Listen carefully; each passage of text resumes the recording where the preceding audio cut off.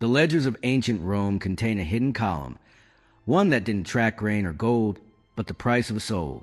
We imagine history in broad strokes: the march of legions, the fall of empires, the edicts of emperors. But the true mechanisms of power are often found in the quiet, administrative details, in the ink-stained records that reduce human suffering to a line item.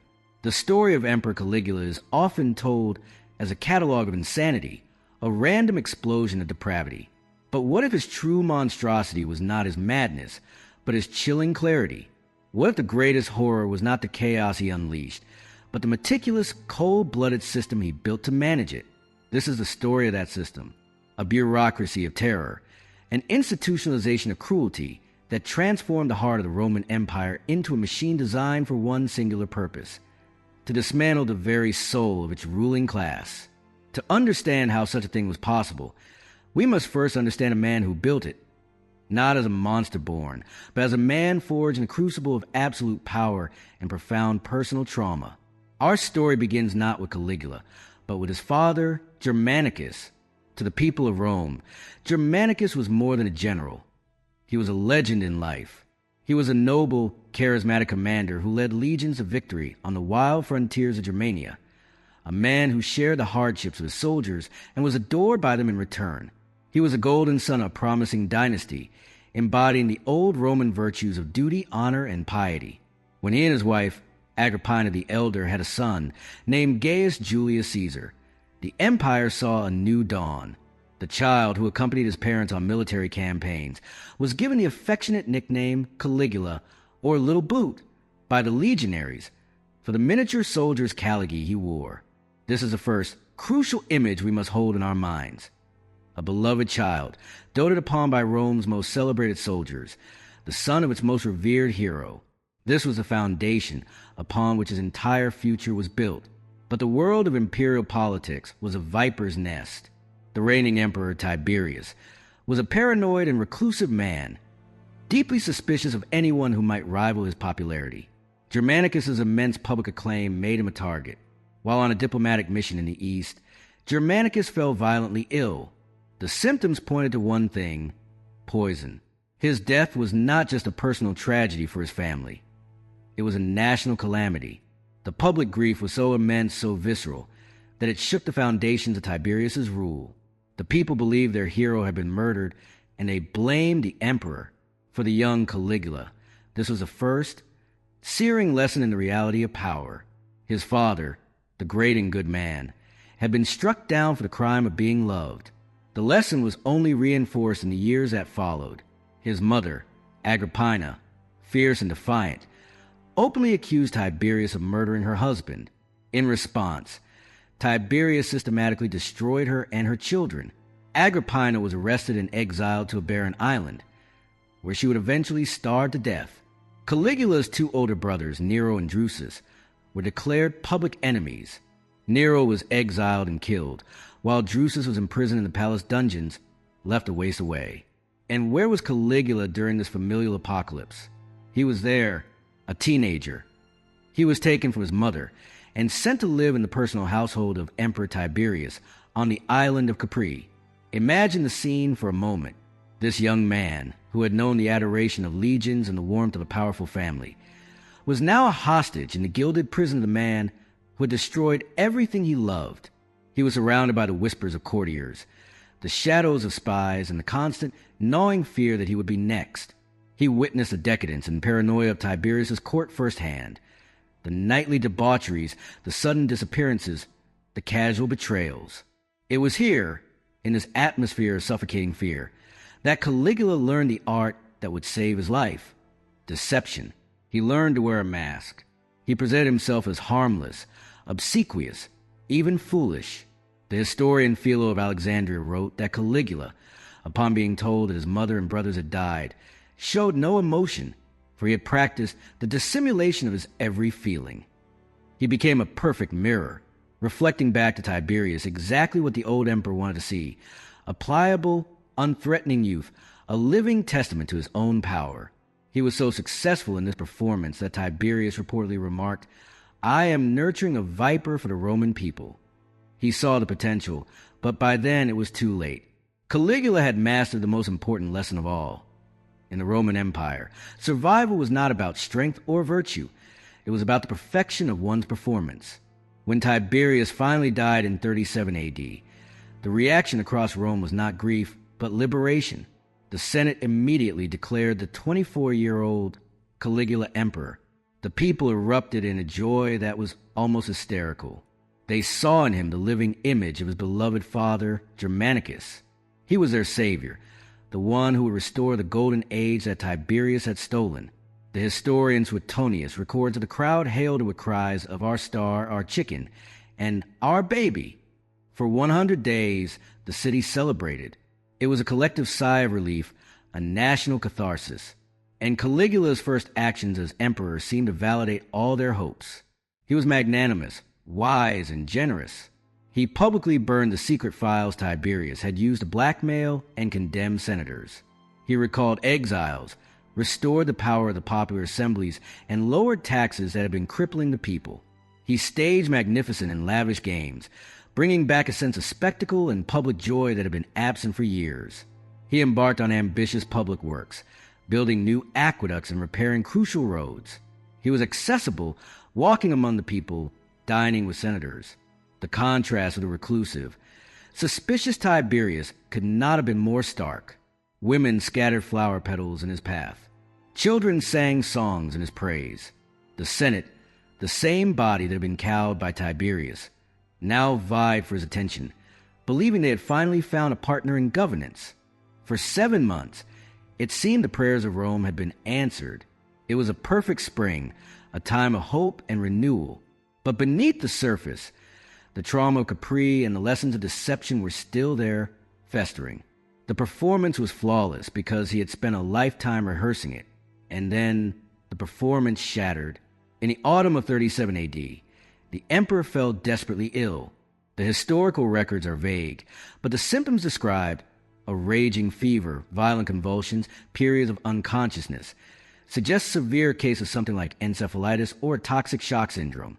For weeks, he hovered on the brink of death. The city was paralyzed with fear. Priests offered endless sacrifices to gods. Ordinary citizens made public vows, promising their own lives that the gods would spare their young emperor. The panic was a testament to how deeply his initial popularity had run. When he finally awoke from his fever, the man who emerged was fundamentally, terrifyingly different. The charming, generous prince was gone. In his place was someone whose mind had been unmoored by the physiological trauma of his illness.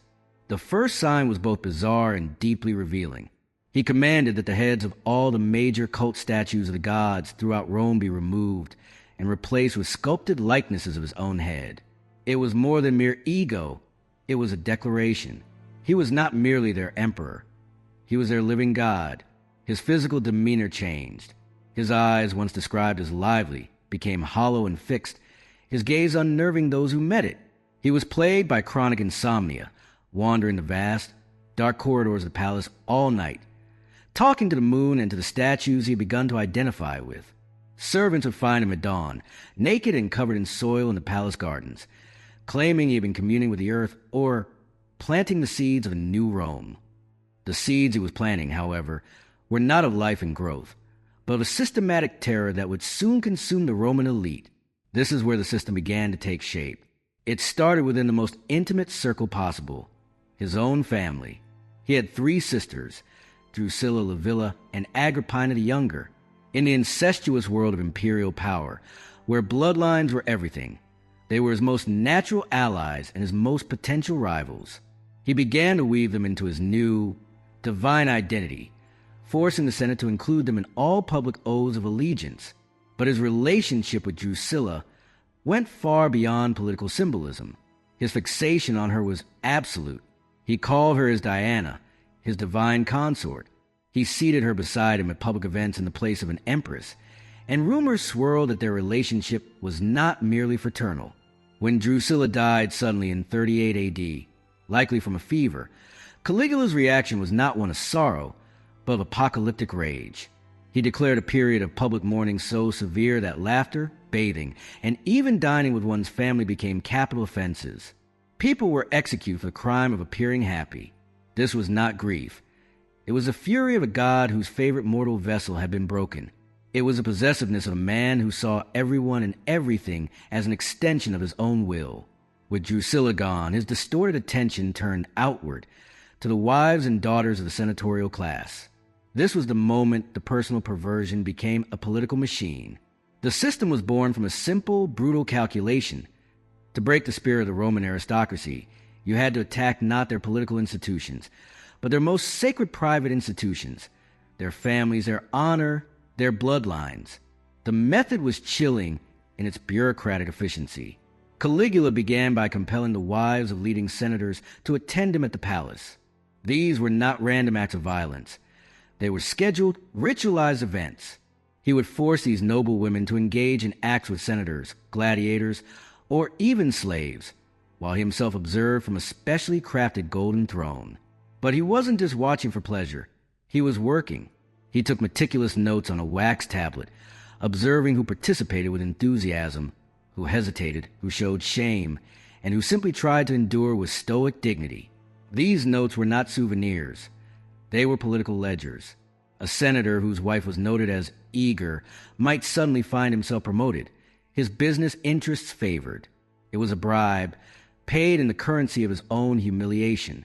Conversely, a senator whose wife was marked reluctant, or whose demeanor was judged insufficiently grateful, would soon face consequences. The most famous, chilling example involved a senator who dared to refuse the emperor's invitation for his wife. The next morning, the senator's young son was found on the steps of the Senate House, alive but brutally mutilated. The message was carved not just into his flesh, but into the psyche of every nobleman in Rome. Your family is not your sanctuary. It is your vulnerability. In Caligula's Rome, you were either a willing accomplice in the system, or you would be its primary target. Neutrality was a death sentence. The system required medical justification, or at least medical documentation. This is where the physician Lucius Cerebonius enters our story. From fragments of his personal writings, hidden for centuries in a villa near Pompeii, we learn that Caligula forced him to perform intimate examinations on noble women and young girls. These were not private medical consultations. They were public spectacles, conducted in front of the emperor and his courtiers.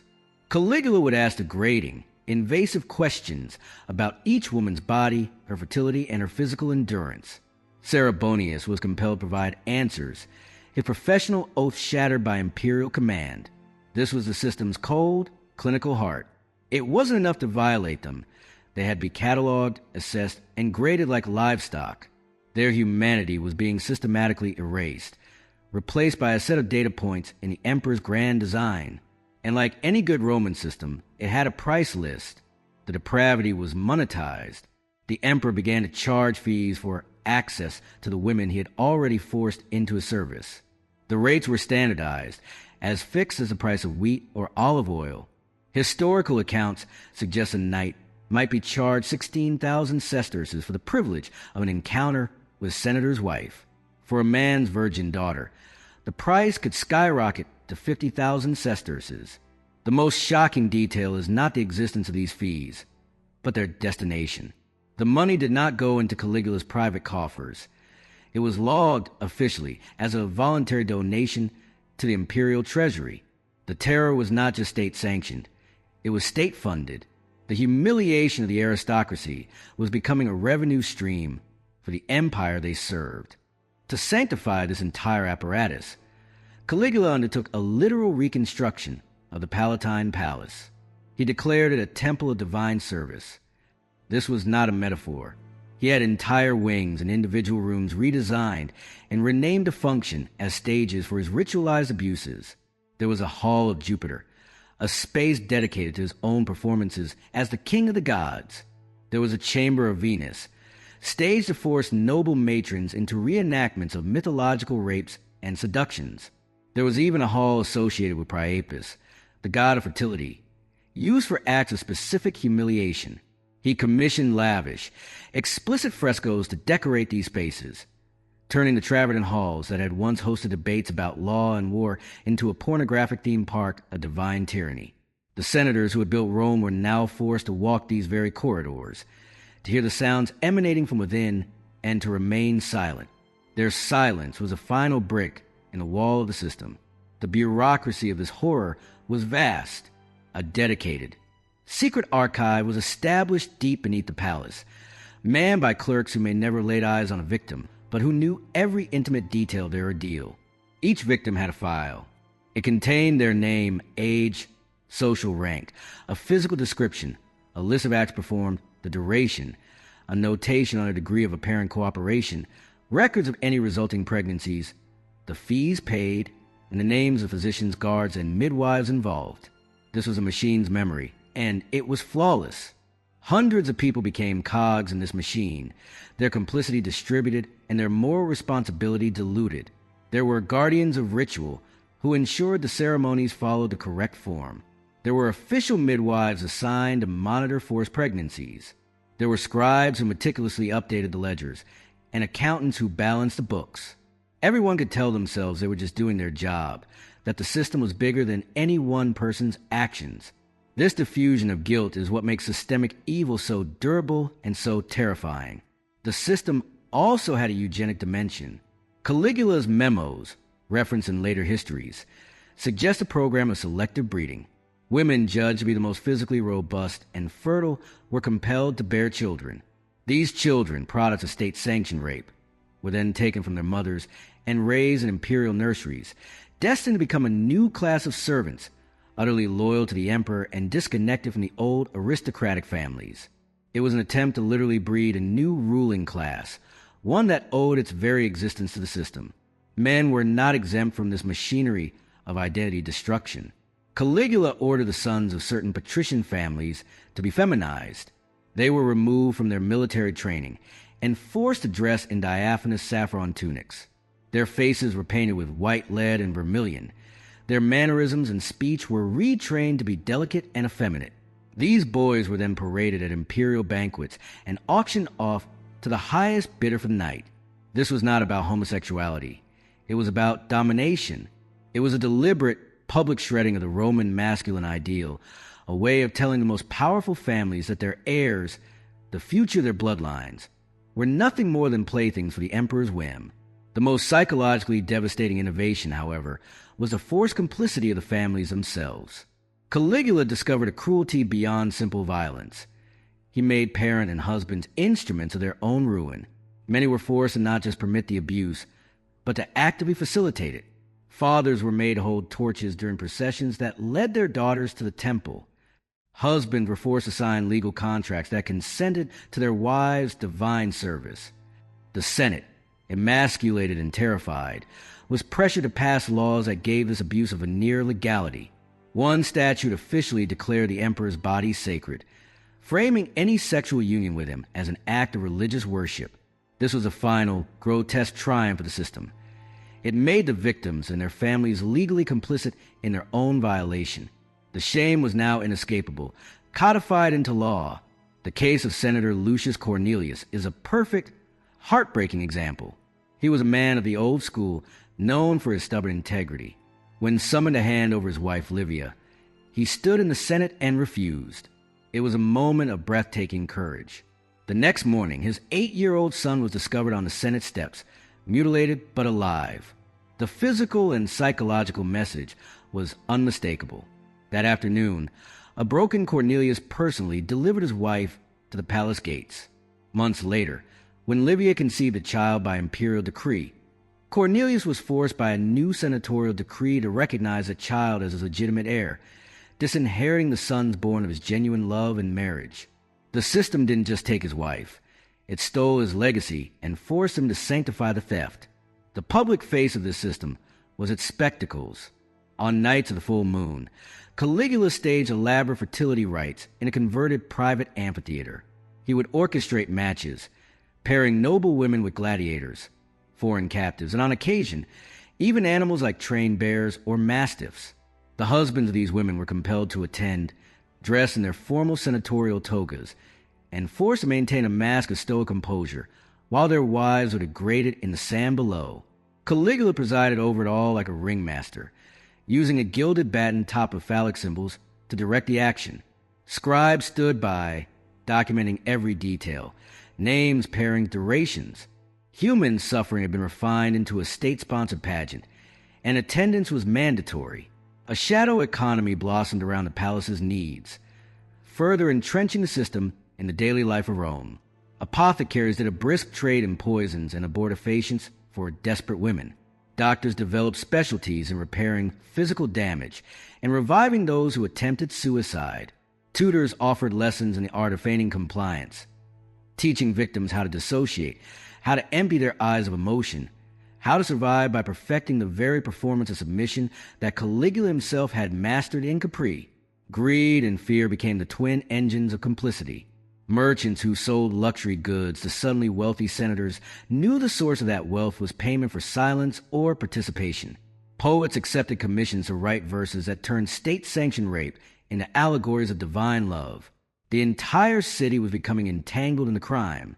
The horror was not just that Caligula could commit atrocities, but that he had engineered a society where atrocity was profitable. The human cost was, of course, immeasurable. The physical scars could, to some extent, be documented. But the psychological devastation was a silent plague that swept through the noble houses of Rome. Women like Valeria, the daughter of a prominent senator, simply stopped speaking. Physicians confirmed her vocal cords were intact. She had not lost the ability to speak, but the language to describe what had been done to her. Her silence became a contagion among the other victims, a wordless understanding of a shared, unspeakable trauma. Resistance was desperate and almost always fatal. Some women stole poison from palace gardens, choosing a quick death over repeated violation. Others took knives to their own faces, burning or cutting their features to make themselves undesirable. But the imperial physicians were skilled not just in healing, but in restoration. Many suicide attempts were reversed. The victims nursed back to health only to be returned to the spectacle, often subjected to extra humiliations as a punishment and a warning to others. Caligula himself declared that physical beauty was irrelevant to divine service, and sometimes used to disfigure victims as rituals, arguing that their ugliness made the ceremony more pure and less about earthly desire. There was, in the end, no escape. The system was designed to consume every form of resistance and metabolize it into fuel for its own engine. The imperial archives swelled with thousands of these entries, each violation coded, categorized, and cross-referenced. The bookkeeping of atrocity had become as exacting as the ledgers for taxes and military supplies. And Caligula used these ledgers as his ultimate weapon of terror. He would sometimes summon the Senate and, in a calm, clinical voice, read selections aloud. He would pick names at random, forcing fathers and husbands to listen to the dry, administrative descriptions of what had been done to their wives and daughters. Entry 346, Julia, wife of Marcus Antonius. Duration, 4 hours. Participants, 6. Pregnancy, confirmed. This public shaming was the final stage of the process. Not just violating the body, but searing the memory of that violation into the public record, ensuring the trauma was collective and inescapable. The Praetorian Guard, the emperor's elite personal protectors, were not mere bystanders in this system. They were its enforcers and, at times, its beneficiaries. They guarded the corridors of the temple. They escorted victims on their scheduled appointments, and they were often rewarded with access to women after the emperor's use. Their complicity was active and essential. Yet, even here in the heart of the machine, the constant exposure to arbitrary cruelty and humiliation could breed a dangerous resentment. The key figure in the end was Cassius Chaerea, a senior tribune of the guard. Chaerea was a hardened military veteran, but Caligula took a personal delight in tormenting him. He mocked his voice, which was supposedly somewhat high-pitched, assigning him effeminate passwords and forcing him to perform degrading tasks. The humiliations were petty, but they were endless, each one a small cut to the pride of a professional soldier. For Chaerea, the systemic horror of the palace became personal. His fury at his own debasement finally outweighed his fear of the emperor. The end came on January 24th, 41 AD, after a particularly brutal ceremony where the wives of senators were openly auctioned like slaves. The conspirators, led by Chaerea, made their move. As Caligula was leaving the Palatine Games through a narrow, underground passage, The guardsmen ambushed him. The attack was frenzied and symbolic. He was stabbed over 30 times. Suetonius records that the final blows were aimed at his genitals, a deliberate, vengeful reversal of the power he had so savagely wielded. The system had turned its chief architect into its ultimate victim. In the bloody aftermath, his wife, Caesonia, was murdered, and his young daughter, Julia Drusilla, was smashed against a wall to ensure the eradication of his bloodline. The assassination was met with jubilation by the Senate and relief by the people. The monster was dead. The new emperor, Claudius, Caligula's uncle, immediately declared a damnatio memoriae, a condemnation of memory. Statues were toppled. Inscriptions bearing his name were chiseled away, and coins with his likeness were melted down. Officially, Rome tried to erase him, but you cannot erase a system so easily. The death of the emperor did not kill the machine he had built. The vast archives, the children born of the breeding program, the scarred victims, the traumatized husbands and fathers, these remained. The men who had held torches during the rituals now applauded an assassination, but they still had to live with the memory of what they had done. The empire moved on, but the wound festered beneath the surface. Caligula's true, lasting legacy was not his individual acts of madness, but his demonic innovation. He proved that atrocity could be institutionalized. He demonstrated that cruelty could be given a bureaucracy, a budget, and a legal framework. He created a sustainable economy of human suffering. He wrote the instruction manual for turning absolute power into a weapon against the human spirit itself. And the most terrifying lesson of all is that such manuals, once written, are never truly forgotten. They remain in the dark library of history, waiting for another architect of terror to check them out. If these hidden stories of history, these deep dives into mechanics of power and the human condition, fascinate you, please help our small channel grow by liking this video and subscribing to Winds of Thought. We are dedicated to bringing the shadows of the past into the light. Thank you for watching.